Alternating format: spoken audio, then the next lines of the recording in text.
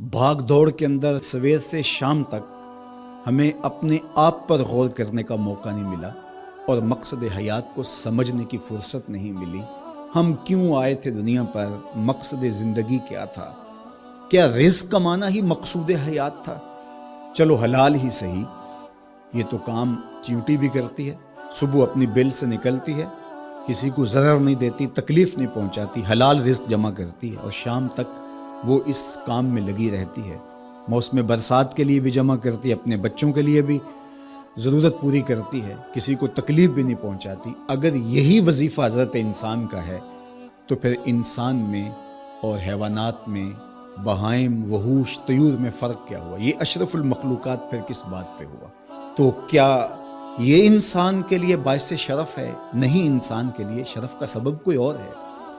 اس نے اپنے مقصد کو سمجھنا تھا، آنے کے مقصود کو جاننا تھا، اور جو اپنے مقصود زندگی کو ہی نہیں سمجھ پایا تو قرآن نے ایک مقام پہ ارشاد فرمایا، من کان فی ہذہ اعمی فہو فی الآخرۃ اعمی، جو اس دنیا میں اندھا رہا کل قیامت کے دن بھی نابینا اٹھایا جائے گا۔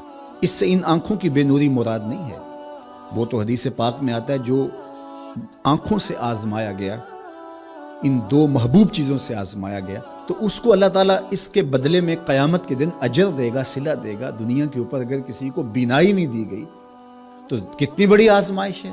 جہاں اندھیرا ہے، کائنات کی رنگینیاں، خوبصورتیاں، کائنات کا جمال، یہ کیا کچھ ہے کائنات کے اندر، لیکن وہ کچھ نہیں دیکھ پایا۔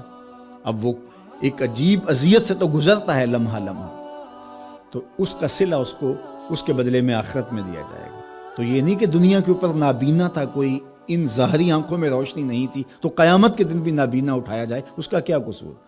اس سے مراد دل کا نابینا ہونا ہے، جو اس دنیا میں اندھا رہا، جس کے دل نے اللہ کی معرفت کا نور نہ پایا، جو مقصد زندگی نہ سمجھ پایا، جو مقصد زیست نہ سمجھ پایا، میں دنیا پہ آیا کیوں تھا۔ وہ کیا خوب کہا تھا اکبر الہٰبادی نے، کیا بتائیں احباب کیا کار نمایاں کر گئے، بی اے کیا، نوکر ہوئے، پینشن ملی اور مر گئے۔ زندگی کا یہ مقصد تو نہیں ہے۔ تو زندگی کسی کام کے لیے ہم اللہ کی معرفت حاصل کریں، اپنی زندگی کے مقصود اور مدعا کو سمجھیں کہ ہم کیوں تخلیق کیے گئے اور ہمیں فہم و فراست اور عقل و خرد سے کیوں نوازا گیا۔ تو وہ مقصد اگر ہم نے نہیں پایا تو اس موقع پہ ہمیں اپنا محاسبہ کر کے غور کرنا ہوگا اور اپنی زندگی کی راہوں کو درست کرنا ہوگا۔ اللہ کے حضور رجوع کریں، سچی توبہ کریں۔